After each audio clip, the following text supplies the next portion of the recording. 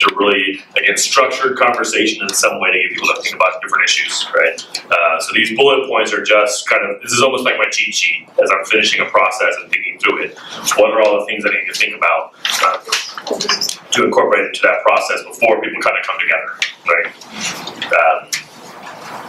So I don't know if, again, I'm not going to walk all the way through this. We don't have too much time to spend on this because we want to spend a lot of time on issue framing before we're done today.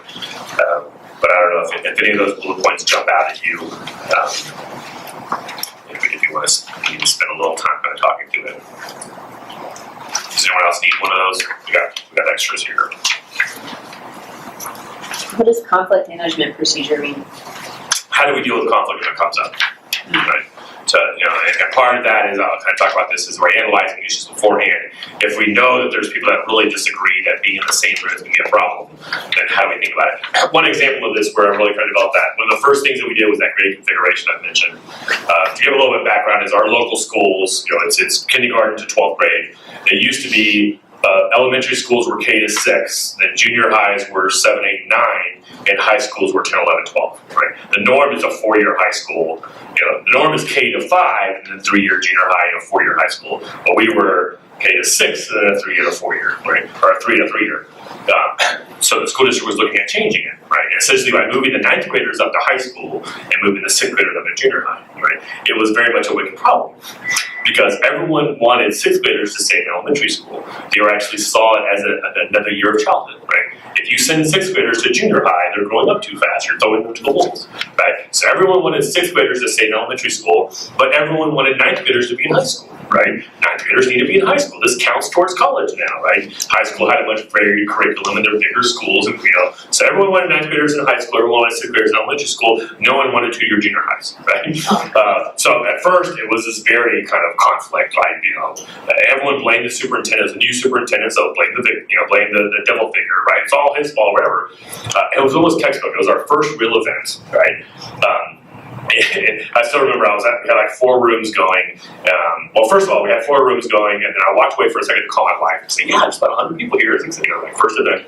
And all of a sudden someone goes, who the heck's in charge here? I'm like, I run back. This guy, why the heck am I in there talking to a CSU student? So I kind of explained, well, it's a new organization. We're the Center for Public Relations. We train the students to be facilitators. They're in each room we're here as an impartial resource, so we're collecting all the data. Everything we write down is going to go to the school district. Well, where the heck is the superintendent? I'm pretty sure the superintendent's in this room. We have an assistant superintendent in this room. I think they're going to rotate and listen, right? While we're running it. He's like, oh, that's pretty cool. And he went back in. So that happened. And then later on, the superintendent came out and was chatting with me. And then the assistant superintendent walked out of the room and said, I've never seen that before. And it's like, what? It's like, there's this woman, she was so angry at the ridiculous notion of moving 6th graders up. But then a woman on the other side of the table who had a 9th grader kind of explained why she needed her 9th grader in high school. And the first woman understood her and made sense, and they'd never seen interaction, right? Because all their process has been one at a time on a microphone. So they let each person rant, but they never had a process. So it was this perfect, our first event ever was like this textbook case of you have a round table in a process, and people listen to each other, and they realize, oh, that makes sense. I never thought about that, And it's really hard to demonize the other parent. It's easy to demonize the superintendent, But anyway, in that process, I remember, again, this is our first night. We learned so many lessons our first night. Afterwards, someone came in and said, there was a participant, and said, you know what, I'm a conflict negotiation person, but I'm also a parent. I was here. I was like, your students did great, except one thing, right? There was 2 people that really disagreed in our room, and they let them go too long. And part of it was the conflict management kind of paradigm, that the students were thinking we need to resolve that conflict, right? But within deliberation, I don't need to come to consensus, right? Our groups are trying to explore the issue, to understand the issue, to get us good data about how people talk about the issue. We don't have to we're not coming to agreement, in most cases of our things, right? So now we teach our students, it's like, okay, you want to mind that conflict, you want to understand that conflict, you want to make sure both sides are actually, we don't want them to talk past each other, right? We don't want them to exaggerate the conflict. But once we understand the conflict, once the 2 of you know what she means and she knows what you mean, y'all still might very much disagree, but at least you'll understand each other. And then we're done, we can move on, right? So that's the conflict management thing. Like, if conflict comes up, do we need to resolve it? Like if we were working for Matthew's house at a retreat and they had to make a decision, we have to resolve the conflict, right? We have to agree to disagree or whatever, right? But if we're doing a public engagement thing and we have 20 groups going to get feedback on a policy, each individual group's not deciding. So as long as we understand the conflict, get it in the notes and move on, right? So we actually tell our students that if there's a conflict between two people, once it plays out, say, okay, so what I wrote down is that for you, this is very important, where for you, this is really important. Does that get it? Yes. Okay, now let's move on, right? So you're cutting off that conflict, because you don't want everyone else to have to listen to this conflict for 20 minutes, right? So that's what we say, conflict, we have to think through and teach our students. If someone really disagrees, to what degree do we need to spend time resolving that, and to what degree can you... We had this perfect, for the river stuff, some very passionate people. So we had a mayor of a small town close to us that really needed this reservoir, and then the associate director of the Save the Pooter, this interest group that was very pro-river, and they were just going at it. And both probably 40-50-year-old men. And my facilitator, a 17-year-old female, we have this on tape, right? They went back and forth. It was okay, stop it. Right. I'm going to give you 10 seconds, summarize your opinion, we're writing it down. I'm going to give you 10 seconds, summarize your opinion, we'll write it down, now we're moving on, right? And that's exactly what she should have done, right? But it was great to see the 17-year-old just kind of stop these two men and say, we're done, right? So that's a somewhat long answer to your quick question. Any others in there we want to?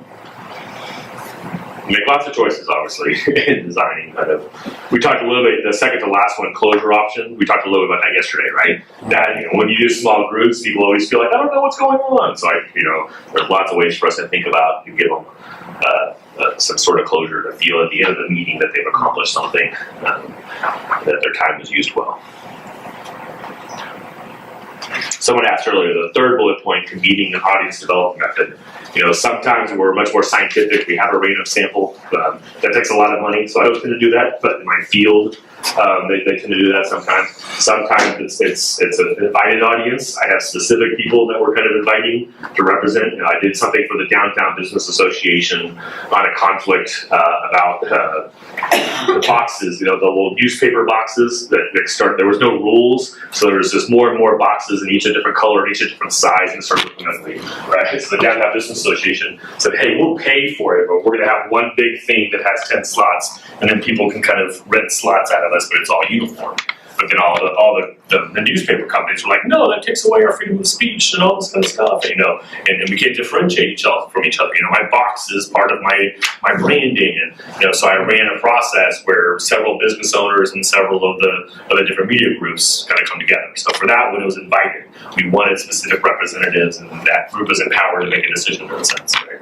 Whereas most of our events are just public. We get in the newspaper, we send out press releases, but then we also, and you'll see this with the stakeholder analysis in a second, we identify key groups that be there, and then we try to get them there. Right?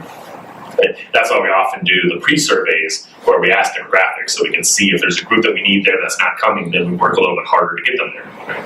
But we also recognize that it's going to be unbalanced. Right? Some people are going to people can mobilize and show up that are against something and kind of dominate the conversations in some senses. Right? So that's always kind of a tension in there between invited or how much control you have over the audience in a sense. And it's difficult in particular. The biggest challenge for me in terms of convening an audience is, like for most events, the more the merrier, right? Let's get as many people that can come, right? It'd be great. So you just publicize it and get articles written and stuff. I'm trying to do small group discussions, right? So I might have, say, 20 students available to show up, and I need 2 students at every table, right? So that means I can cover 10 tables. We can fit 8 people. I can cover 80 people, right? So I'm trying to PR this event to get 80 people to show up. And 90 people would be a problem, right?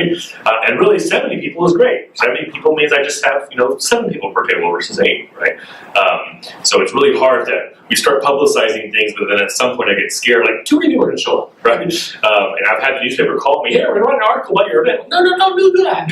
I take more people, right? So there's this tension about Do you find that when you register people that about 30% do not show up? Yeah, so we do RSVPs, we normally say RSVP preferred. Yeah. Or sometimes if we think it's gonna be a pretty tight audience, we'll say that RSVP guarantees you a spot, right?